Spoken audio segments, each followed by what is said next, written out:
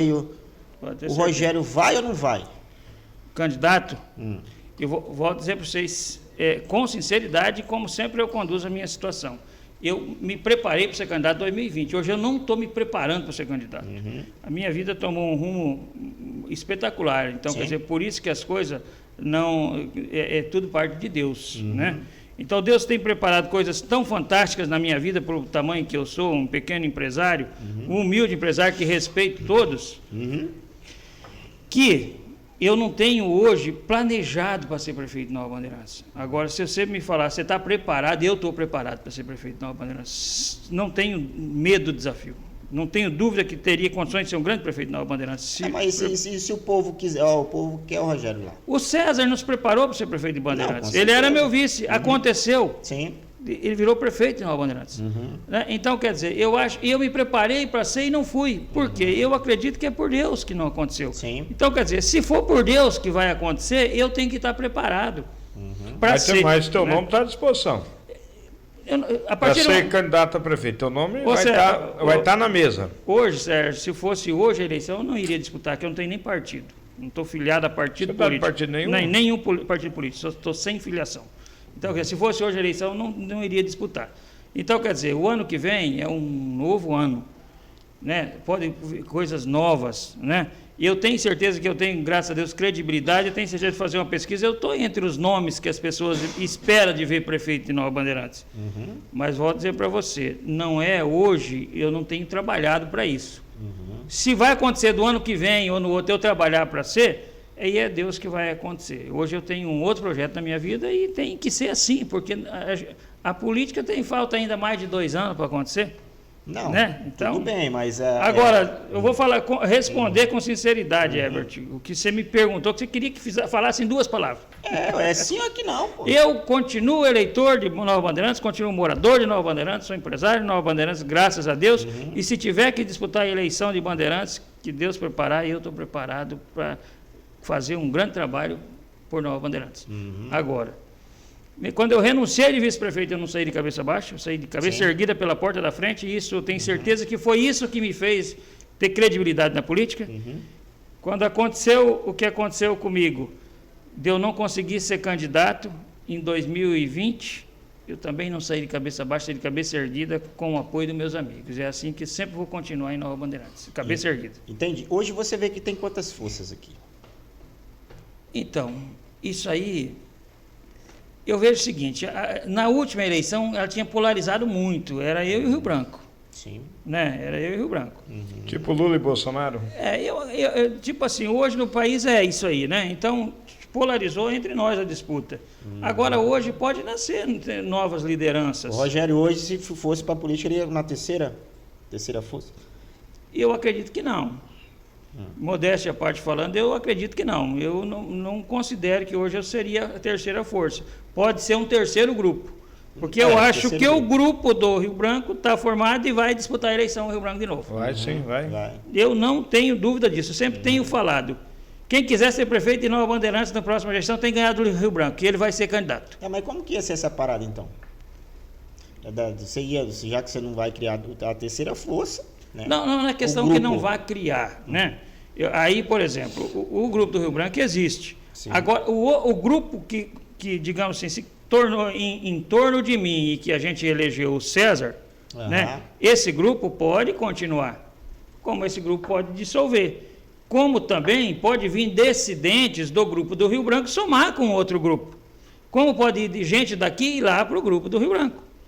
Por exemplo, o desenhar das coisas é muito fácil. Por exemplo, tem gente que, de repente, esteja fazendo um trabalho para ser vice, por exemplo, do Rio Branco. Vamos dizer um exemplo.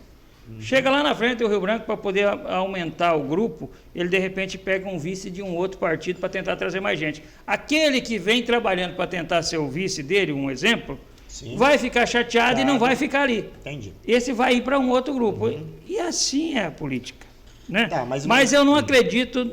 que a eleição de Bandeirantes vai ter, para essa eleição, 3 candidatos com condições de ganhar a eleição. Eu acho que vai ter 2.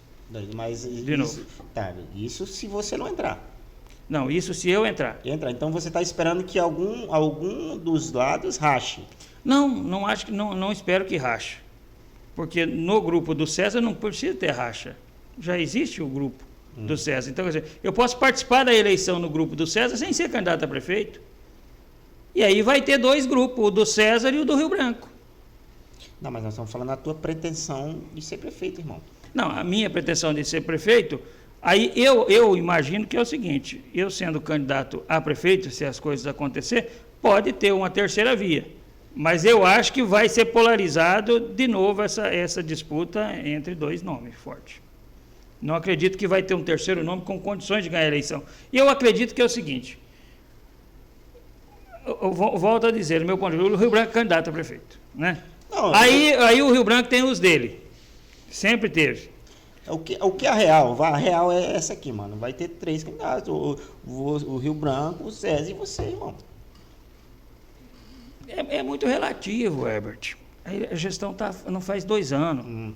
Né? Eu acredito que o César lá na frente. Daqui a 2 anos, estamos fazendo uma suposição. Vamos falar numa questão seguinte. Vamos dizer que eu e o César a gente continue aliados. Ótimo. Nós fomos aliados, eu considero aliado dele ainda. As verdades eu falo. Sim. Não interessa, eu acho que tem que ser assim. Senão não sabe da dor, mudo não sabe o que mudo está sentindo. Eu fiquei chateado com certa situação, fiquei chateado. Não me tornei inimigo porque fiquei chateado. Sim. Né? Então, quer dizer, agora, a eleição é o seguinte, chegar lá na ponta, o César tiver condições de reeleição, é um outro cenário.